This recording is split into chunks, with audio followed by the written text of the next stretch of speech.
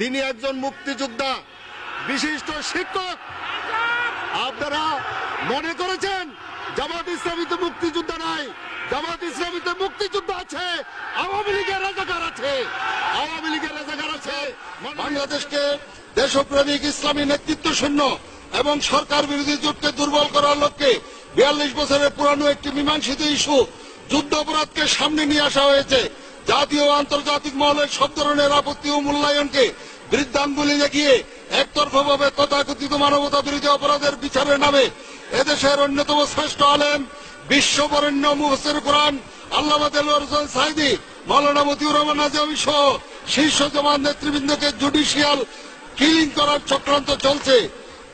ফিরোজপুরের কুখ্যাত রাজাকার দেলোয়ার শিকদারের সকল অপরাধ আল্লামা সাঈদীর নামে চালিয়ে দিয়ে তাকে অন্যায়ভাবে মৃত্যুদণ্ড দেওয়া হয়েছে। মাওলানা সাঈদী রাজাকার ছিলেন এমন কোন দলিলিক প্রমাণ প্রসিকিউশন বা তদন্ত সংস্থা দিতে পারে নাই। মুক্তিযুদ্ধের নবম সেক্টরের সেকেন্ড ইন কমান্ড এবং পারেরহাট ক্যাম্পের খেতাবপ্রাপ্ত মুক্তিযোদ্ধারা সাক্ষ্য দিয়েছেন যে আল্লামা সাঈদী রাজাকার ছিলেন না, তার স্বাধীনতা বিরোধী কোনো ভূমিকা ছিল না। মাননীয় সদস্য, আদালতের বিচারাধীন বিষয়ে বক্তব্য না দেওয়ার অনুরোধ জানাচ্ছি। আল্লামা সাঈদী হিন্দু অধ্যুষিত এলাকা থেকে দুইবার সংসদ সদস্য নির্বাচিত হয়েছেন। কথিত এইসব অপরাধের কথা তার এলাকার কোন ভোটাররা 42 বছরও কি জানতে পারেনি। মাননীয় স্পিকার, একইভাবে মিরপুরের কুখ্যাত বিহারী কসাই কাদেরের মানবতা বিরোধী কর্মকাণ্ড জননেতা কাদের মোল্লার নামে চালিয়ে দিয়ে তাকে সাজা দেওয়া হয়েছে। জামাতের amnesty assistant secretary general Mohammad Kamruzzaman 1971 সালে এসএসসির ছাত্র ছিলেন, অথচ হাস্যকর ভাবে বলা হচ্ছে তিনি নাকি গণহত্যা, অগ্নিসংযোগ আর ধর্ষণের মতো অপরাধ করেছেন। এরকম ছাত্র বয়সে জনগণ একটু শুনে কাজ আসবে।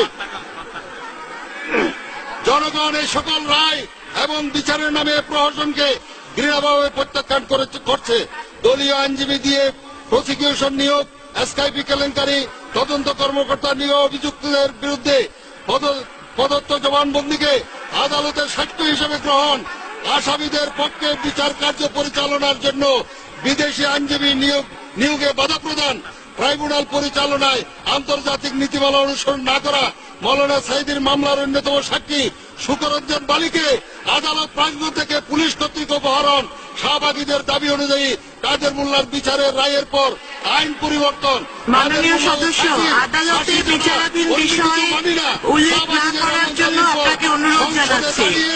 মাননীয় প্রধানমন্ত্রী কর্তৃক সমাবেশের দাবি বিবেচনায় নিয়ে বিচারপতিগণ রায় দিবেন। ট্রাইব্যুনালে বিচারকদের উদ্দেশ্যে এমন আহ্বান। এই সকল কিছু দেশে বিদেশে এই বিচার প্রক্রিয়াকে প্রশ্নবিদ্ধ ও অগ্রহণযোগ্য করেছে। মাননীয় স্পিকার, এরপরেও কি বলতে হবে এই বিচার স্বচ্ছ, নিরপেক্ষ ও আন্তর্জাতিক মানের হচ্ছে? এই বিচার কি রাজনৈতিক উদ্দেশ্যে প্রণীত নয়? মাননীয় স্পিকার, আজ সময় এসেছে মহান মুক্তিযুদ্ধের চেতনাকে প্রতিপক্ষ রাজনৈতিক শক্তিকে দমনের হাতিয়ারে পরিণত করার যে ঘৃণ্য খেলা শুরু হয়েছে তার বিরুদ্ধে ঐক্যবদ্ধভাবে প্রতিবাদ করার। অনতিবিলম্বে প্রশ্নবিদ্ধ রাজনৈতিক উদ্দেশ্যে প্রণোদিত এই ট্রাইব্যুনাল বাতিল করুন। প্রতিহিংসার রাজনীতি থেকে সরে এসে সম্পূর্ণ নিরপরাধ জামাত নেতাদের মুক্তি দিন এবং জাতিসংঘের তত্ত্বাবধানে, মাননীয় স্পিকার, জাতিসংঘের তত্ত্বাবধানে আন্তর্জাতিক অপরাধ ট্রাইব্যুনাল গঠন করে প্রকৃত যুদ্ধ অপরাধীদের বিচার নিশ্চিত করুন।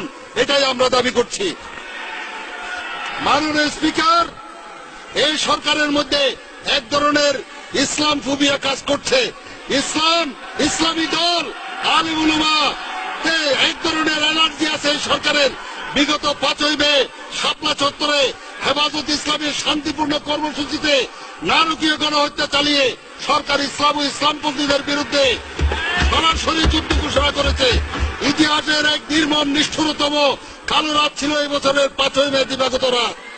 আল জাজিরা সহ আন্তর্জাতিক গণমাধ্যমগুলোর ভিডিও ফুটেছে। বিশ্ববাসী দেখেছে হত্যার পর কিভাবে টেনে টেনে গাড়িতে নিহতদের লাশ তোলা হচ্ছে।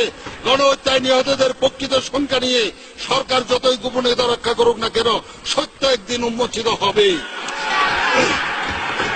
দেশের মানুষ জানতে চায় 13 দফা দাবি দিয়ে হেফাজত ইসলাম এমন কি অপরাধ করেছিল যে সরকার এত সহনশীল হয়ে তাদের শান্তিপূর্ণ কর্মসূচির উপরে নৃশংস অভিযান পরিচালনা করলো? 1971 সালের 25শে মার্চ কালো রাত্রিতে যেভাবে হানাদার বাহিনী এদেশের ঘুমন্ত মানুষের উপর ঝাঁপিয়ে পড়েছিল, কেন একই কায়দায় অপারেশন ফ্লাশ আউট ইত্যাদি বিভিন্ন নামে গভীর রাতে নিরস্ত্র ঘুমন্ত আলেমদের উপর সশস্ত্র হামলা চালানো হলো? কেন অভিযান চলাকালীন বিদ্যুৎ সরবরাহ বন্ধ করে যুদ্ধ ঘোষণার মতো ব্ল্যাকআউট করা হলো? মহানবী সাল্লাল্লাহু আলাইহি সাল্লামকে অবমাননাকারী ব্লগারদের নেতৃত্বে শাহবাগে তথাকথিত গণরক্ষা আন্দোলন মঞ্চের আয়োজকরা সরকারের অনুমতি ছাড়া মাসের পর মাস রাজধানীর একটি গুরুত্বপূর্ণ এলাকায় অবস্থানের মাধ্যমে অবরুদ্ধ করে রাখে। সরকার তাদের বাধা না দিয়ে উল্টো নিরাপত্তা দিয়েছে, অথচ সংবিধানে আল্লাহর উপর আস্থা ও বিশ্বাস পুনঃ প্রতিষ্ঠা, রসুল করিম সাল্লাল্লাহু আলাইহি ওয়াসাল্লামকে অবমাননাকারীদের শাস্তি সহ 13 দফা দাবি আদায়ের জন্য দেশের আলেম উলামা ও ধর্মপ্রাণ মুসল্লিদের নিয়ে হেফাজতে ইসলামের সমাবেশের মানুষগুলোকে একটি রাতের জন্য থাকতে দেওয়া হলো না কেন? সরাসরি সম্প্রচাররত দিগন্ত টিভি ও ইসলামিক টিভির সম্প্রচার বন্ধ করা হলো কেন? কেন হেফাজত নেতাদের উপর ছাপ সৃষ্টি করে হতাহতদের পক্ষত তথ্য প্রকাশ করতে দেওয়া হচ্ছে না? মাননীয় স্পিকার, আমি হেফাজতে ইসলামের মহাসচিব আল্লামা জুনাইন বাবুনগরীকে রিমান্ডে নিয়ে যে অমানবিক নির্যাতন চালানো হয়েছে তার তীব্র নিন্দা জ্ঞাপন করছি। মাননীয় স্পিকার, আগামী জাতীয় নির্বাচন নিয়ে জনমনে অনিশ্চয়তা ও অজানা আশঙ্কা দেখা দিয়েছে। বাংলাদেশের স্বীকৃত ও গ্রহণযোগ্য তত্ত্বাবধায়ক সরকার ব্যবস্থাকে আদালতের মাধ্যমে বাতিল করে বর্তমান সরকার এই মহাসংকটের জন্ম দিয়েছে। আগামী নির্বাচনে নিশ্চিত ভরাডুবি জানতে পেরে দলীয় সরকারের অধীনে নির্বাচন দেওয়ার অযৌক্তিক ও অশুভ পায়তারা চালাচ্ছে আওয়ামী লীগ। মাননীয় স্পিকার, এমন একটি সময়ে মহান সংসদে কথা বলছি যখন দেশ ও জাতি এক চরম দুঃসময় অতিক্রম করছে। আজ বিরোধী নেতাদের গুম, হত্যা, মামলা, হামলা, রাষ্ট্রীয় সন্ত্রাস ইত্যাদি মিলিয়ে এক দুর্বিষহ শাসনকালের ভিতর দিয়ে মুক্তির প্রহর করছে জনগণ। আইন শৃঙ্খলা রক্ষাকারী বাহিনীর হাতে বিনা বিচারে হত্যা, ক্রস ফায়ার, গুম ও রিমান্ডে নিয়ে নিপীড়নের ঘটনা সাধারণ বিষয়ে পরিণত হয়েছে। আইনের শাসন আজ ভুলুণ্ঠিত। সংবাদ মাধ্যমের তথ্য মতে গত 4 বছরে দেশে 13,000 মানুষ খুন হয়েছে। বিচার বহির্ভূত হত্যাকাণ্ড হয়েছে 419টি, যার মধ্যে 2012 সালে হয়েছে 70টি। বেসরকারি মানবাধিকার সংস্থা অধিকারের রিপোর্ট অনুযায়ী 2012 সালে সরকারি বাহিনী কর্তৃক গুম হয়েছে 24 জন, 2011 সালে গুম হয়েছিল 30 জন। এদের প্রায় সকলেই বিরোধী দলের নেতা কর্মী। অ্যামনেস্টি ইন্টারন্যাশনাল তাদের বার্ষিক রিপোর্টে বলেছে 2012 সালে বিনা বিচারে 30 জনকে হত্যা করা হয়েছে এবং রাষ্ট্রীয় নিরাপত্তা বাহিনীর হাতে অসংখ্য মানুষ নির্যাতনের শিকার। মাননীয় স্পিকার, আন্তর্জাতিক অপরাধ ট্রাইব্যুনালে জামাত নেতা আব্দুল কাদের মোল্লা ও আল্লামা সাঈদীর রায়ের পর মানুষ প্রতিবাদী হয়ে রাজপথে নামলে মাত্র 1 সপ্তাহের ব্যবধানে আইন শৃঙ্খলা রক্ষাকারী বাহিনী পাখির মতো গুলি করে হত্যা করেছে 2 শতাধিক নিরীহ মানুষকে, পঙ্গু করা হয়েছে 4 শতাধিক। এর মধ্যে চিরতরে পা হারিয়েছেন 18 জন, চোখ হারিয়েছেন 4 জন। দেশের কারাগারগুলো আজ বিরোধী দলের নেতা কর্মীদের দিয়ে পরিপূর্ণ। সরকারি হিসাব অনুসারে দেশের কারাগারগুলোতে মোট বন্দী ধারণ ক্ষমতা 41,907 জন, অথচ কারাগারগুলো থেকে প্রাপ্ত তথ্য মতে দেশে বর্তমান বন্দী সংখ্যা লক্ষাধিক। বিএনপি ও জামাত সহ বিরোধী দল সমূহের লোকদের উপর 50,000-এর অধিক মামলা দায়ের হয়েছে। আসামির সংখ্যা 5 লাখেরও অধিক। এমনকি বিরোধী দলীয় চিফ হুইপ জয়নুল আবেদিন ফারুক সহ বিরোধী দলীয় সংসদ সদস্যগণ পর্যন্ত পুলিশি হামলা ও গ্রেফতার থেকে মুক্ত নন। মাননীয় স্পিকার, যেই সব জামাত ও শিবির কর্মী জেলখানার বাইরে রয়েছে তারাও হুলিয়া নিয়ে পালিয়ে বেড়াচ্ছে। আমার নির্বাচনী এলাকা সাতকানিয়া, লোহাগাড়া সহ সারা দেশে কোন জামাত ও শিবির কর্মীকে রাতে বাড়িতে ঘুমাতেও দিচ্ছে না পুলিশ। সম্মানিত আমার মুরব্বী জনাব ইঞ্জিনিয়ার মুশাররফ সাহেব বলেছেন নিরস্বরেতে নাকি মানুষ শান্তিতে ঘুমাতে পারছে। আমি উনাকে বলতে চাই, উনাকে যারা ভোট দিয়েছে তারা নিরাপদে ঘুমাচ্ছে, কিন্তু যারা উনাকে ভোট দেয় না তাদের খোঁজটা উনি যাতে নেন। সম্মানিত স্পিকার, কোথাও কাউকে ব্যবসা বাণিজ্য, শিক্ষকতা বা কোনো পেশার দায়িত্ব পালন করতে দেওয়া হচ্ছে না। মাননীয় স্পিকার, রাজনৈতিক নেতা কর্মীদের ডান্ডা বেড়ে পড়িয়ে আদালতে হাজির করা হচ্ছে। রিমান্ডের নামে চলছে অমানবিক নির্যাতন। এ ব্যাপারে সুপ্রিম কোর্টের রায়ের নির্দেশনাও মানা হচ্ছে না। ইসলামী ছাত্র শিবিরের কেন্দ্রীয় সভাপতি মেধাবী ছাত্র দেলোয়ার হোসেনকে রিমান্ডে নিয়ে কি ধরনের নির্মমতা চালানো হয়েছে তা দেশবাসী মিডিয়ার মাধ্যমে দেখেছে। আদালতে দেলোয়ারকে পাজাকুলা করে হাজির করা হয়, তার চোখে মুখে আর সারা শরীরে ভয়ঙ্কর নির্যাতনের চিহ্ন, হাত পায়ে ব্যান্ডেজ বাঁধা। একটি ছাত্র সংগঠনের কেন্দ্রীয় সভাপতিকে এরকম অসুস্থ অবস্থায় হাতে পায়ে কোমরে ডান্ডা বেড়ি পরিয়ে আদালতে হাজির করা হলো। রেকর্ড সংখ্যক 53 দিনের রিমান্ড শেষে আবারও 17 দিনের রিমান্ডে নেওয়ার আবেদন করেছে পুলিশ। এর চেয়ে নিষ্ঠুরতা, এর চেয়ে বর্বরতা আর কি হতে পারে? শিবির সভাপতি দেলোয়ার হোসেনকে রিমান্ডে নির্যাতন করে যে নৃশংস আচরণ করেছেন তার নিন্দা করার ভাষা আমাদের নাই। আমরা শিবির সভাপতি দেলোয়ার হোসেন সহ সকল নিরপরাধ শিবির নেতা কর্মীদের অনতিবিলম্বে মুক্তি দাবি করছি। মাননীয় স্পিকার, জরুরি অবস্থা জারি না করে এবং কোন প্রকার গেজেট বা নোটিশ ছাড়া মাননীয় স্বরাষ্ট্রমন্ত্রী ফেসিবাদী কায়দায় সভা সমাবেশের উপর নিষেধাজ্ঞা জারি করেছেন।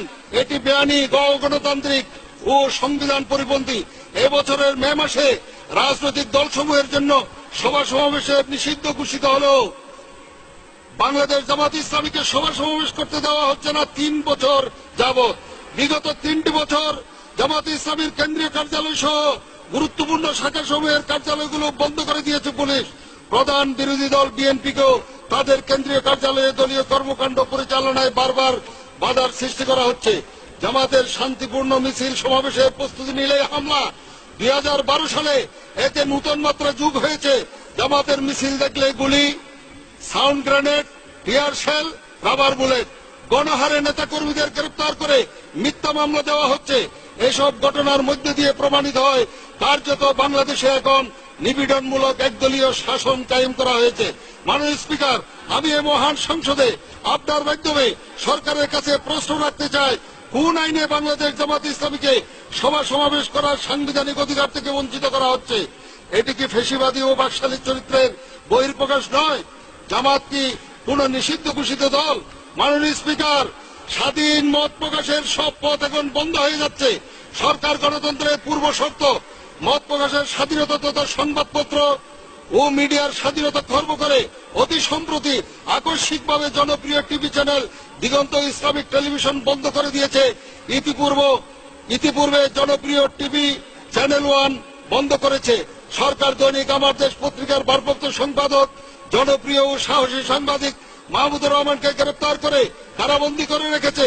সরকার আমার দেশের ছাপাখানা বন্ধ করে দিয়ে কার্যত সংবাদপত্রটি বন্ধ করে দিয়েছে। মাননীয় স্পিকার, 1975 সালে সর্বপ্রথম দেশে একদলীয় শাসন প্রবর্তন করা আওয়ামী লীগ মাত্র 4টি সংবাদপত্র রেখে সকল সংবাদপত্রের প্রকাশনা বন্ধ করে দেয় তারা। অবস্থা দৃষ্টে মনে হচ্ছে বর্তমান সরকার সেদিকে যাচ্ছে। সরকারের মাননীয় তথ্যমন্ত্রী ও সেই এজেন্ডা বাস্তবায়নে অগ্রণী ভূমিকা পালন করছেন। সরকারের উচিত ইতিহাস থেকে শিক্ষা নেওয়া, মত প্রকাশের স্বাধীনতাকে নিশ্চিত করার জন্য অবিলম্বে দিগন্ত টিভি, ইসলামিক টিভি চ্যানেল 1 এবং দৈনিক আমার দেশের উপর থেকে নিষেধাজ্ঞা প্রত্যাহার করুন এবং দৈনিক আমার দেশের সম্পাদক মাহমুদুর রহমানকে মুক্তি দিয়ে শুভবুদ্ধির